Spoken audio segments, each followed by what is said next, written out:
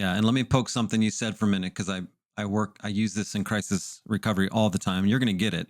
It's really an oxymoron to say you can protect yourself if you're already married. Yeah. You're already all in. You already made the commitment between God Yeah. and country, and you're legal in the state, and you got a bunch of kids. So there's truth to protection, right? We don't want to be stupid about it. So it's not like it's not a real context, but I think in general, if we get into protection mode in marriage, we start being inauthentic, and we start catering and trying to please more. And if you're the one who's not upset and not frustrated or not demeaning, and you start catering to the angry one or the demeaning one or the quasi-abusive one too much, that gets a weird cycle going too. And it usually makes the person more angry, not less angry. I'm not saying you get in shouting matches and you just start letting it all out. I'm not saying that's the point at all, but trying to stay authentic and real.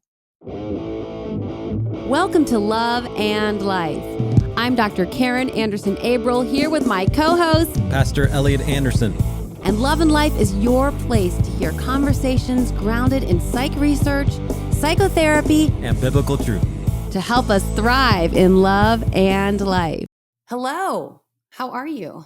I'm doing good. How are you doing? I'm good, thanks. I want to just give a quick shout out before we dive into the meat of our content today to National, I may not get the exact wording right, but it's National Female Athletics Day. And awesome. that's why I've got my XX from Authentics, the brand that we've been partnering with. Authentics with 2 X's, obviously a reference to XX chromosomes. We have delved into the importance of maintaining sex-specific sports to protect women, to give them the opportunity to compete against other women without the unfair advantages that the XY chromosomes bring to the picture. And I just want to refer anyone who's interested in this. We did do a deep dive with this in episode 303 with former UPenn swimmer Paula Scanlon, who has begun to speak out to this concern, much like Riley Gaines, who's the Kentucky swimmer. Yeah. Paula was actually on the man who calls himself Leah Thomas. His name is William Thomas. He now goes by Leah Thomas. However, he has male anatomy. He is 6 foot something, has all the advantages that a man would have in swimming. And he's the one who was competing against Riley Gaines and tied. And then they gave the trophy to him, the NCAA, several years ago. Also, Paula Scanlon was on that UPenn team with William and was trying to speak out and was told by UPenn, you just better deal with your own problems because this is your issue. She had the mental problems, not William Thomas. Anyway, so we talked with her. It was a great interview. I was so proud of her for speaking up and speaking out. It's not easy as a Gen Zer to be, not in the climate, especially in Gen Z. Gen Xers were more cool with that.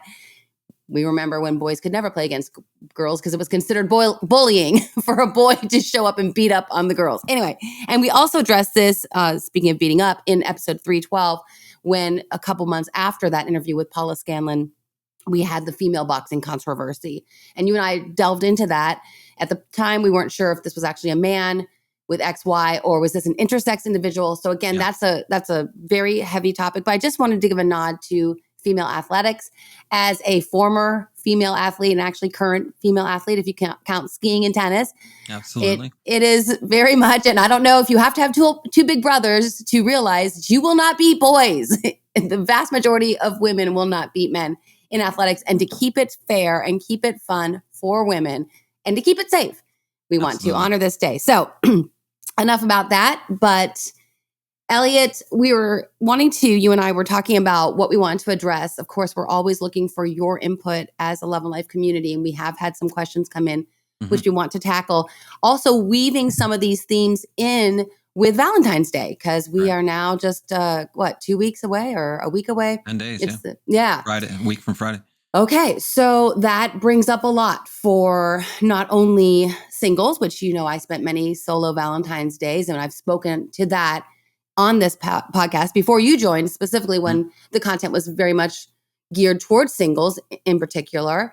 But we can also talk about, and one of the questions that came in was, well, what if you're in a relationship or a marriage that's really on the rocks right now and you got to be lovey-dovey because it's Valentine's Day and you're not feeling it. And you're really, so the idea of like, if you're single on Valentine's Day, that's a rough road to go down. And it's also a rough road to go down if you're kind of wishing you were single because what you're in isn't working so great. And you also wanted to frame this, as we typically do, in the context of CBT. So taking charge of our thoughts, to take charge of our life, to take charge of our emotions, and to be conscious. And the Bible verse that comes to mind for me, and I know you will concur, again, as being rooted in our cognitive strategies as therapists, is take captive every thought and be transformed by the renewing of your mind. So as we navigate these waters, how can we use our CBT tools, whether we're single or in a relationship that's struggling? As usual, you just laid out 3.5 hours of content there for my brain to try to wrap around. But get yourself a sip of coffee while my ADHD tries to center. A few years ago, I started having trouble falling asleep. And I started taking melatonin because I thought it was a natural way to try to relax myself, calm myself down, and go to sleep. But it turns out that as a hormone supplement, melatonin can disrupt our other hormones and we can build up an immunity to it. So when we started partnering with the wellness company, I was super excited to try their melatonin-free sleep aid called Restful Sleep. It includes passion flower, chamomile, valerian root, among other herbs and natural ways to help calm us down and get us ready to go to bed. I've been using it for a couple months now, and Restful Sleep helps my mind and body quiet themselves and ease into sleep. If you've ever had insomnia, you know how brutal it is. The wellness company's Restful Sleep can help. Head over to twc.health/lovelife and enter promo code LOVELIFE at checkout for 15% off your entire order. That's twc.health/lovelife and promo code LOVELIFE for 15% off your entire order. It comes back to some of the basic tenets of our show, identity and values, and recognizing that our identity as a single, our identity as a couple, our identity in romance and love does not get defined by one man-made holiday. Yeah. And yet the reality is those cultural, environmental, sociological factors will impact us. And so we talk a lot about pre-communication and pre-thinking. And so we're 10 days away. Maybe by the time this comes out, it'll be like 7 days away or 8 days away. And how to enter into this Valentine season for whatever it means to you. Some people are all in, some don't care, right? It's variables all over.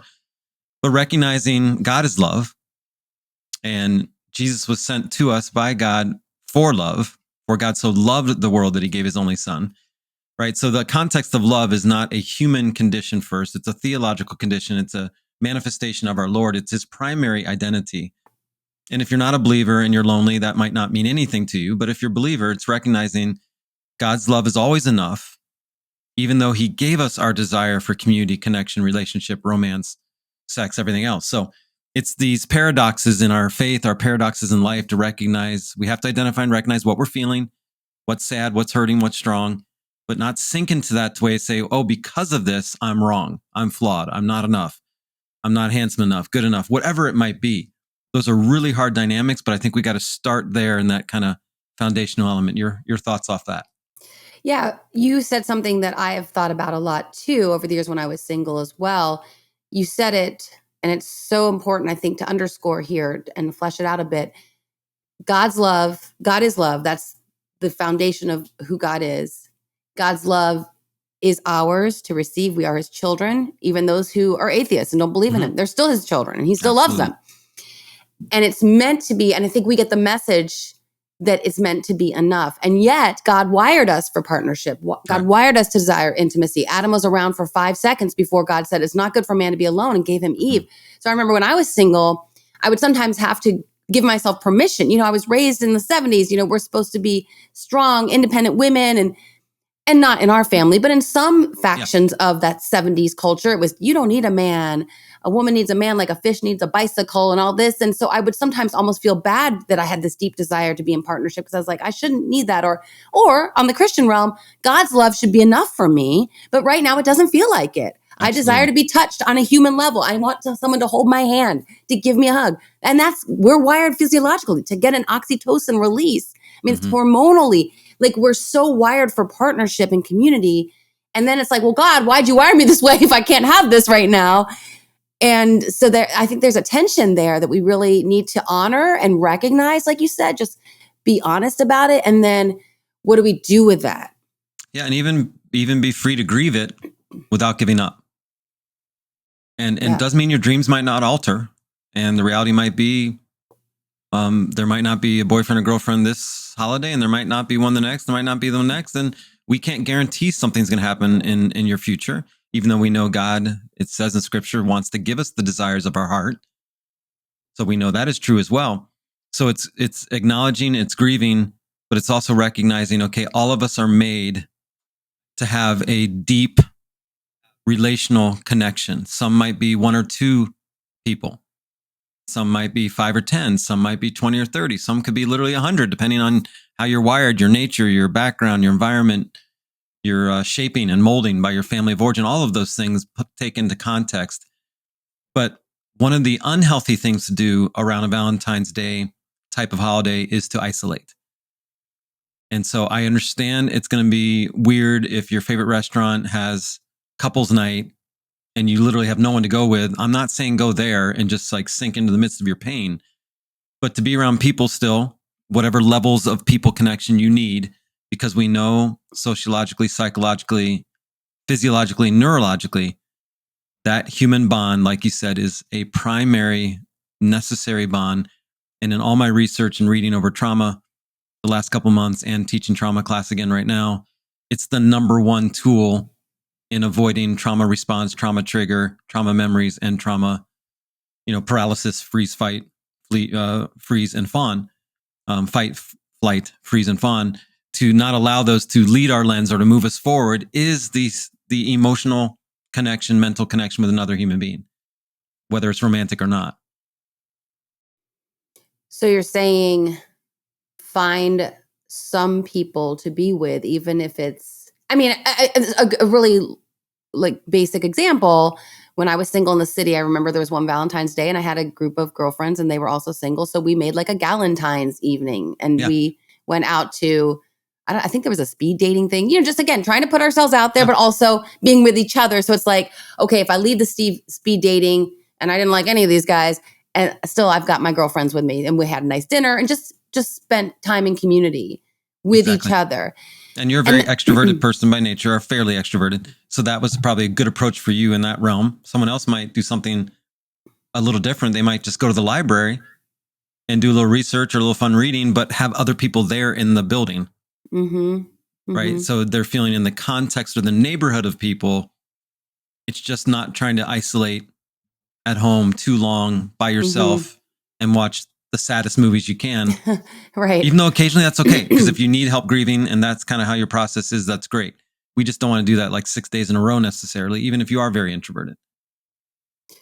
So your trauma research that you've come across recently is saying that even just, not even if you're having, like I said, a girls' night, you're having just other human beings around you. Yes. Instead of staying in your apartment by yourself, doom scrolling, looking at everyone else's, here's me and my boyfriend and my perfect husband and my perfect family and our perfect Valentine's Day. It's better to be even in the presence of other humans, even if you're not interacting with them. Is that what you're saying?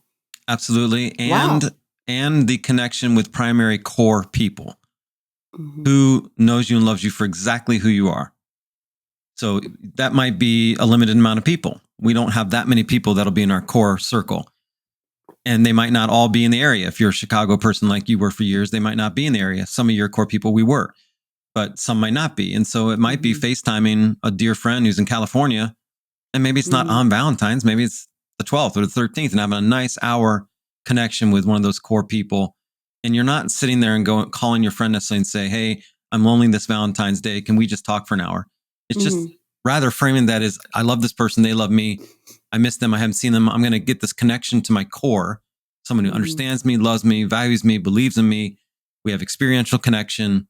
Enjoy the fruit of that, which will automatically get the dopamine, the oxytocin, the endorphins even if you start planning things, which normally happens when you talk to core people like, man, this was fun. We got to do this again in 3 weeks. Or, hey, why don't you take your spring break and come down here? Right. And all of a sudden that creates a whole different physiological, emotional, mental processing to be able to navigate some of the depths of sadness or loss or grieving that comes through holidays or birthdays or Christmas, things like that.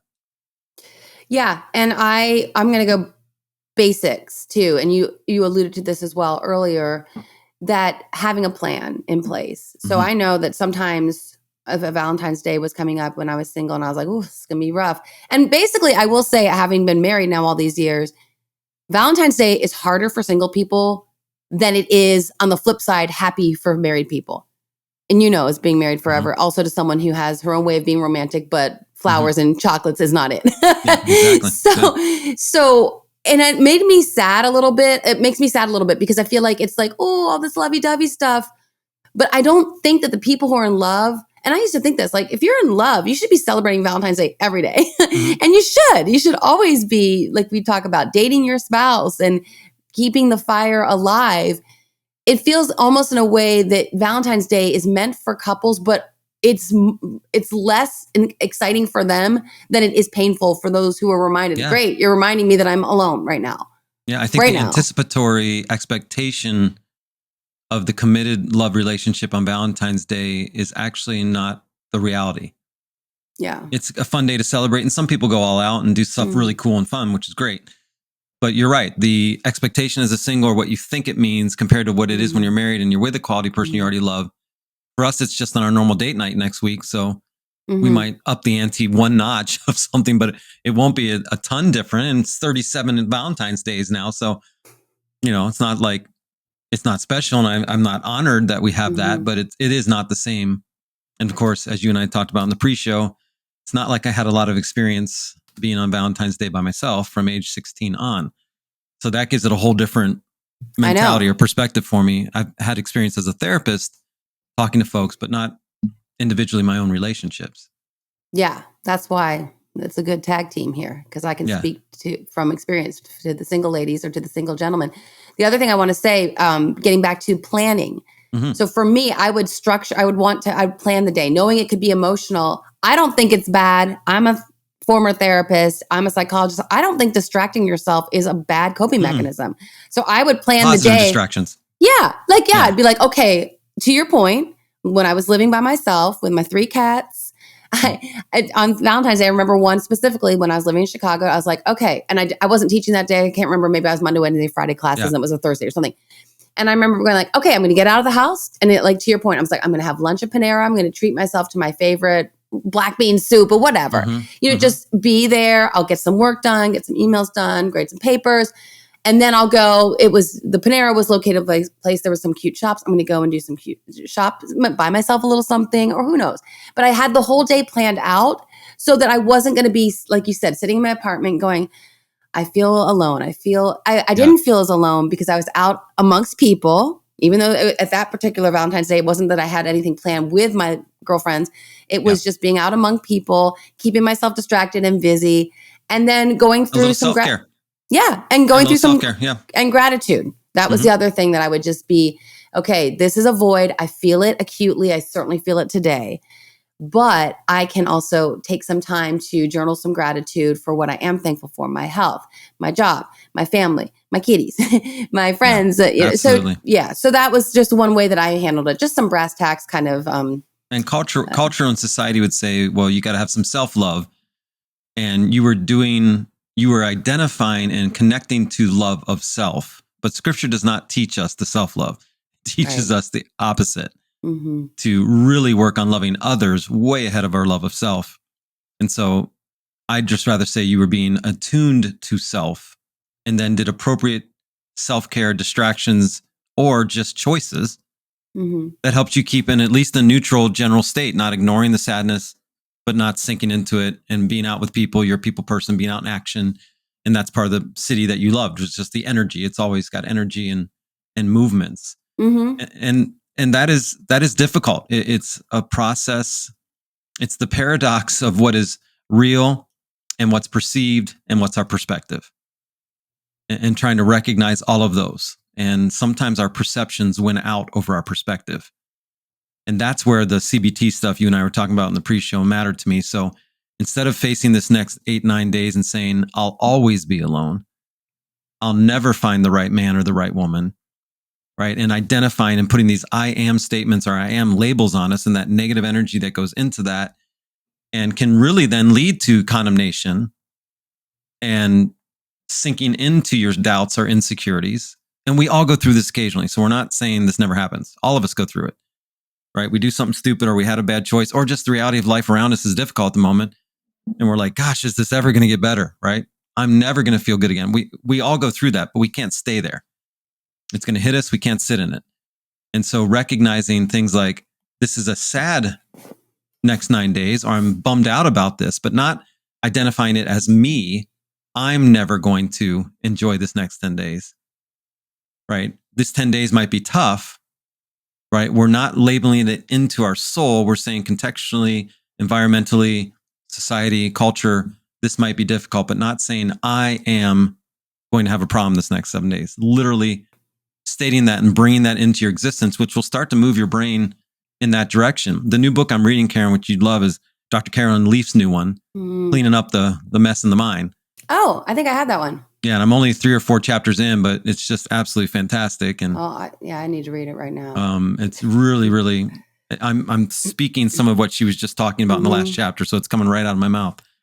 In that context, the very, very important recognition of what we say to ourselves, even if we're not saying it out loud.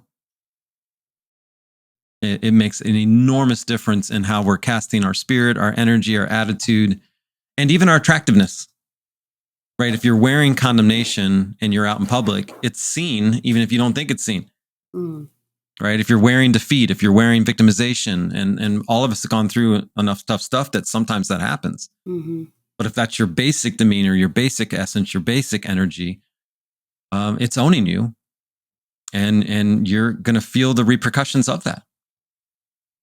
Is that why my face is all red? Like somehow I've got some bad I ams. I don't think so. It's red every single time. You have a little pink hue, something with your camera in your room.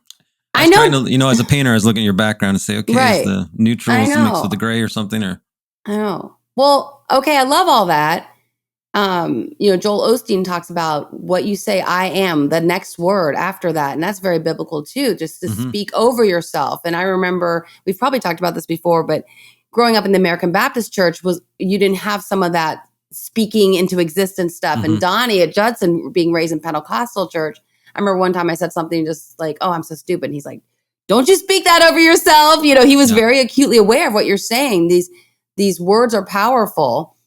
And maybe we can get Dr. Caroline Leaf to join us on the program. Oh my gosh, that'd be amazing. Wouldn't that be Good amazing? luck on that one. Give Tim some hard work there. But I know, but I knew this podcaster that I was on his show and he came on mine, and he was just starting. He was, and he got her on. So I don't know how he did it, but and studying the I am statements of Jesus, I am the bread of life, right? Things of that. What does that mean? Those can help us also to recognize if we're made in his image and we're made with the capacity to receive his spirit in us, that we can be the bread of life to others. We're not the bread of life, but we can be the bread of life. We can help others be fed, be encouraged, be strong, be healthy. I am the light on the hill. Gosh, we can be a light to people. We can be truth to people. Again, not trying to say we're Jesus. Please don't hear that theologically. But that when we believe in Jesus, receive his spirit in us, Jesus says, you are the light. You are the truth. You are the salt. You are. And so it's recognizing within those I am statements that they need to be theologically based on God's word also. So we're not giving ourselves a false pretense. So we don't want to have the negative I ams, like I am worthless, I am no good, I'll never have this. But we don't want to flip it to the other side and say, I am the most awesome man in the world, and just give this false, almost a narcissistic declaration either. The I am's got to be authentic, they got to be true, they got to be real. We're not saying, well, I'm a billionaire, and like all of a sudden I'm going to speak that into existence for some reason. That's just not true. Yeah. Right. So I think the kind of another way to look at it is like, what's the story you're telling yourself? So that's so of your identity, like you said, and then also your current state.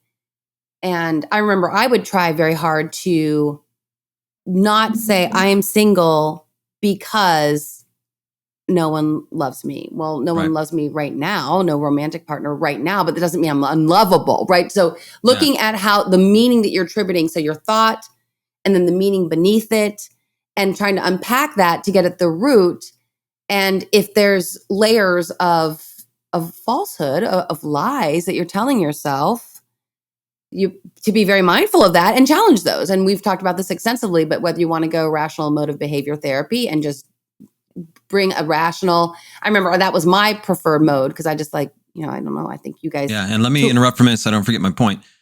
So with trauma victims, which I work with a lot, trauma recovery, I prefer to say rather than trauma victims. Those who've gone through trauma. Don't label them. Yeah. They often will work existentially hard to try to get the past abusers to love them. And in that context, will miss the very love of those who are loving them now. Mm. And so if you say something like you referred to a little bit ago, if we say something like, because I'm single again, and because I'm not with a partner again, this Valentine's, no one loves me. Mm-hmm. We're taking the love of a romantic partner and giving that a much broader context. And so recognizing, no, I have actually a lot of people who love me. Mm-hmm. And I need to focus on that contextually and holistically. And that's what I do with trauma recovery folks all the time. They get stuck about the love that didn't happen and still won't happen or doesn't often happen. Abusers don't tend to change and become marvelous lovers, rather than focusing on the love they do have and the ones that are right in front of them saying, hey, I believe in you. I love you. Let's go. Let's move. Right. Mm-hmm. So it's a similar thing if we get so stuck in the identity of the trauma or stuck in the identity of singleness or stuck in any identity outside the identity of our life in Christ and our life in community, we can be stuck. Another aspect of this, one of our listeners asked us about through a question was, well, what if you are married, but it's not going well? Mm-hmm. And so this Valentine's is a whole different level of pain and sadness because you have what you hoped would be a gracious, loving, holistic, kind, caring, beautiful, encouraging, inspirational marriage, and it's not. Mm-hmm. And you don't want to get divorced necessarily. You don't want to leave necessarily. You maybe have a couple kids. How do you walk into that spirit and attitude and not have a disappointment and a discouragement that might be even as profound as not having anybody? Now that you're on the married side of that, I know you have a wonderful marriage, so I know you're not dealing with that, but what aspect comes to your mind or heart from a woman's perspective right away as you think about that? Well, when you first brought that up, I was thinking, and I remember, and I do, this bears repeating, and I talked about it in my book, because there was a time when Steve and I were out visiting, Steve, my bestie, not my ex-fiance. Yeah. We're out visiting his friend Anne, who then became my good friend, but I hadn't really become close with Anne, who played basketball at Judson. Yeah. And in California, and I was just meeting her really because she was a couple years younger, blah, blah, blah. And Steve and I were kind of griping about being single, and she was married, and it was not a good marriage. Mm. And I remember her saying, and kind of listening to us for going on and griping for a while. And then she's like, you guys, you're single. And we were in our late 20s, so we were still like babies. Mm. But she's like, you guys still have the hope of finding your person. I'm like in a marriage and it's not working and I'm stuck. Mm-hmm. So trying to reframe that too for a single person, then we'll get back to the married people, but the single person can go, hey, okay, I deeply desire partnership, but a silver lining is that I didn't marry the wrong person or didn't get myself in a situation that right now I would feel very stuck and she said it this way, Elliott, and I'll never forget it. She said, I'd rather feel alone than feel alone in partnership, in a marriage. And that's what she was feeling. She's like, you guys feel alone and you're single. Makes sense.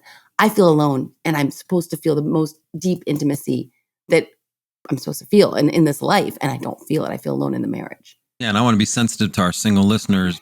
And again, my background, not being single hardly for even a minute. Please hear it in this context. But I talk to a lot of folks in this reality you're talking about. Mm-hmm. And they will tell me the aloneness in an empty marriage is worse than the aloneness by yourself. Right. Especially if you have some kids involved too. And you're like, I got to stay in this. I can't, I don't want to, I should say, be a single mom or single dad. I don't want to be divorced when I know God doesn't want divorce. And so I'm wrestling through that, even though I might have grounds for it.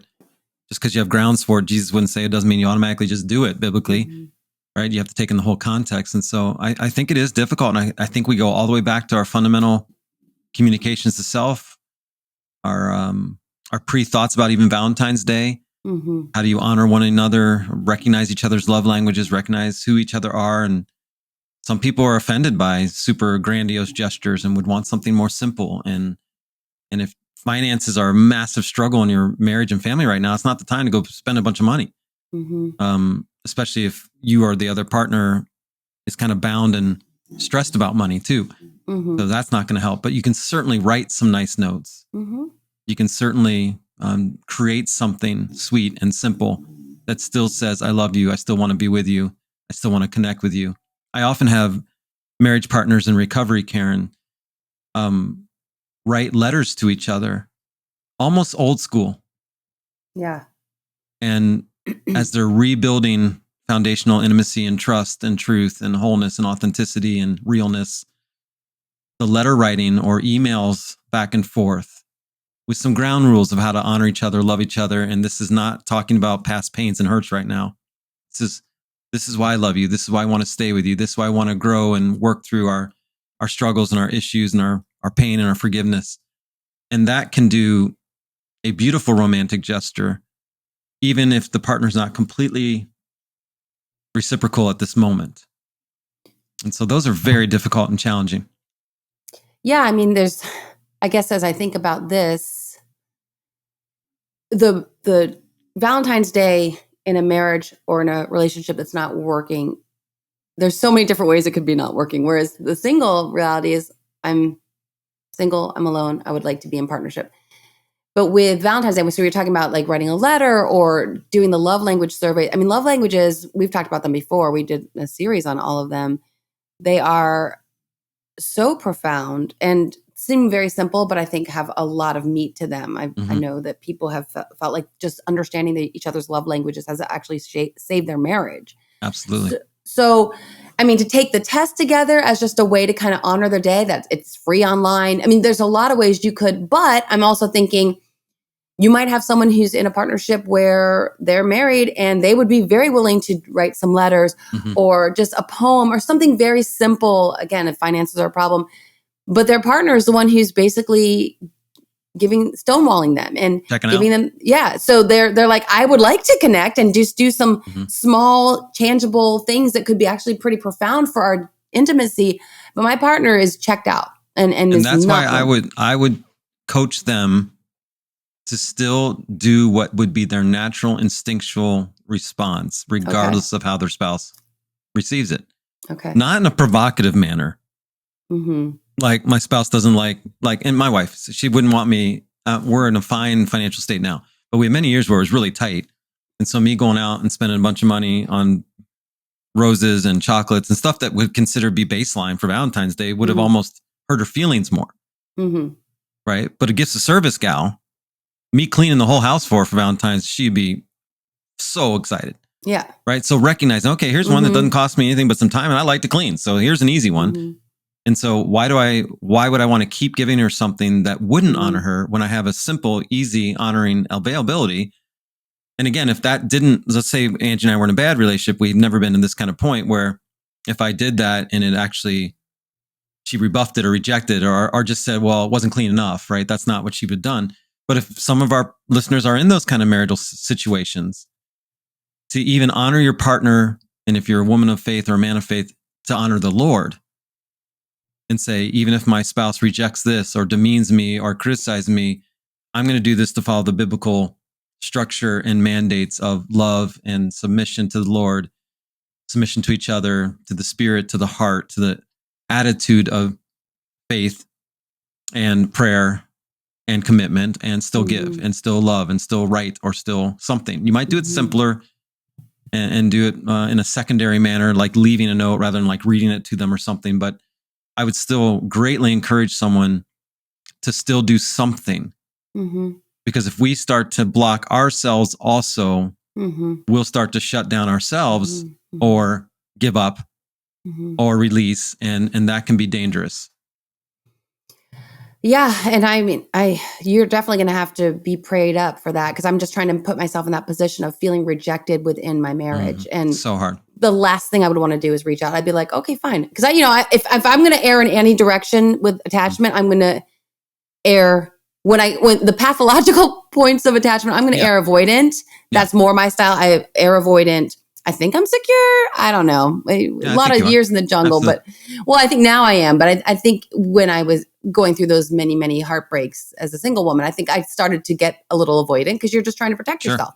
Absolutely. But I mean, I'm thinking about putting myself in the position of someone who's feeling rejected in a marriage. The last thing I'd want to do is to reach out.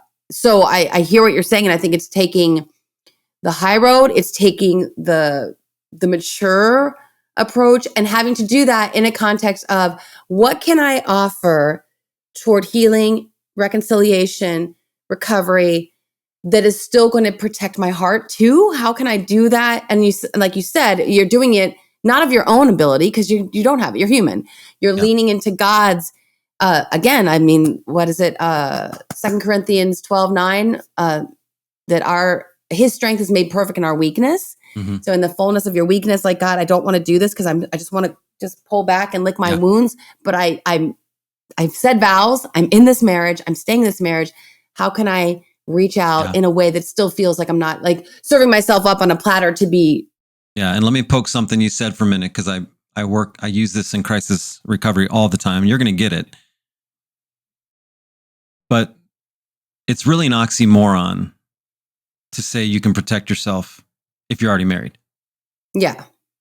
You're already all in. You already made the commitment between God and country, and you're legal in the state, and you got a bunch of kids. So there's truth to protection, right? We don't want to be stupid about it. So it's not like it's not a real context, but I think in general, if we get into protection mode in marriage, we start being inauthentic, and we start catering and trying to please more. And if you're the one who's not upset and not frustrated or not demeaning, and you start catering to the angry one or the demeaning one or the quasi-abusive one too much, that gets a weird cycle going too. And it usually makes the person more angry, not less angry. I'm not saying you get in shouting matches and you just start letting it all out. I'm not saying that's the point at all, but trying to stay authentic and real, graciously direct, saying something to a spouse who says a bunch of cruel things, and not necessarily in the moment, especially if they're agitated and already revved up and their sympathetic nervous system's already on fire. But some other time when it is a little neutral, and just say, I love you so much, honey. Those words hurt though, right? It did hurt me. And that can trigger other stuff and get things moving. But if we never say those things and never acknowledge those and say them out loud, then we retreat. Like you said, we get more avoidant or more anxious or more in a protection mode, which when you're already in a committed marriage, you're already all in. There's nothing you can really do to protect. Yeah. Other than strategically understanding yourself well enough and learning more about your partner to walk through it. I mean, I end up coaching a ton, mostly women, but I have several male male clients right now that are also in this scenario, coaching them on how to make it through a season of marriage where their spouse is kind of half in or half out, or really demeaning or borderline abusive, or if not abusive. Those are difficult coaching scenarios. And I'm always real and honest with the folks. Do you want to stay in this marriage or not? We just got to say up front, especially there's already been abuses or adultery or something in there that's really contextually and biblically open towards God ordained allowance of marriage, divorce, even though we know he doesn't like it. Scripture says he hates it. But if they're telling me, absolutely not, I don't want that at all. All right, so let's go all in. You're already all in. So we protect certain elements, of course, but we can't change the whole dynamic of self and relationships simply to avoid some of those difficulties and struggles. We kind of have to do the opposite. Yeah, I think that bears its own, or warrants, I guess I should say, its own episode. Like, there's no protecting yourself. I'm just reading so much trauma stuff right now too. Yeah. I got like things spinning in my head, but all that trauma training, not only for my class, is so helpful. And I got to do a presentation at Angie's school on trauma for kids. They're having me come back again, do another one this August in preparation.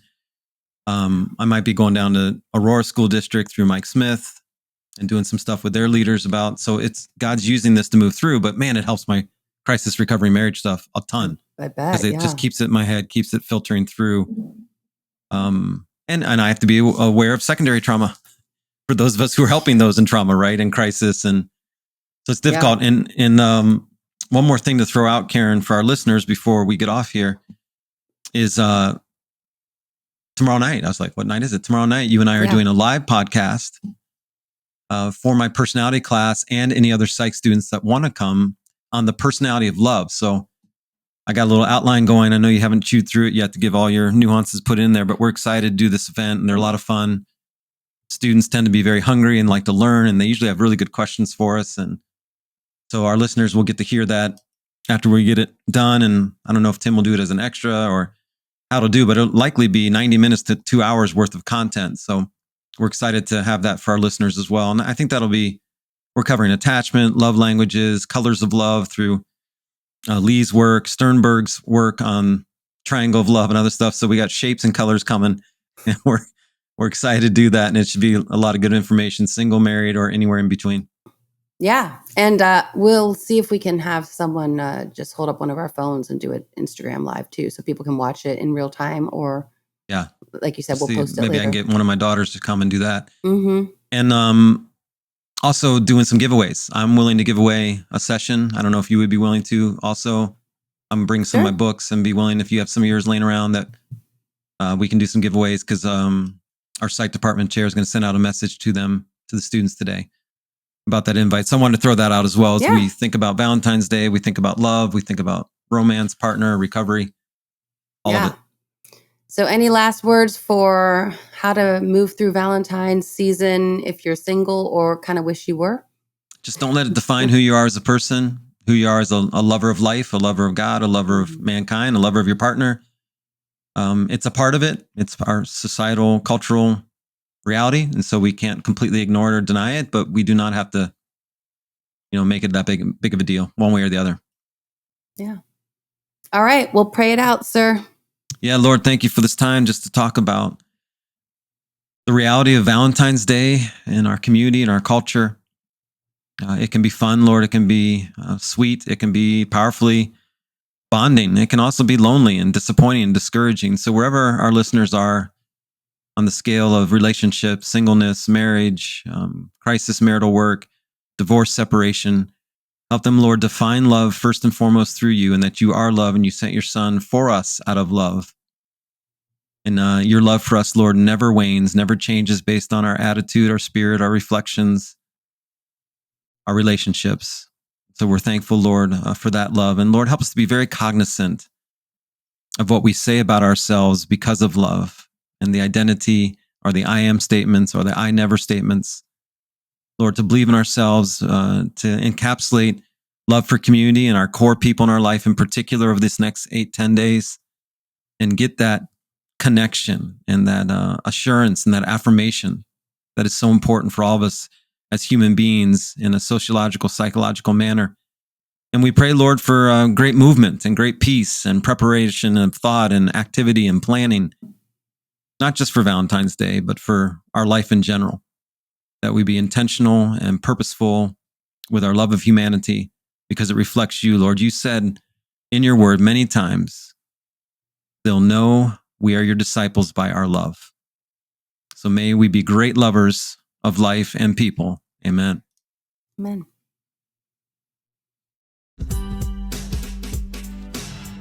Love and Life with Dr. Karin and Pastor Elliott is produced by Tim May and executive producer, Dr. Karin Anderson-Abel.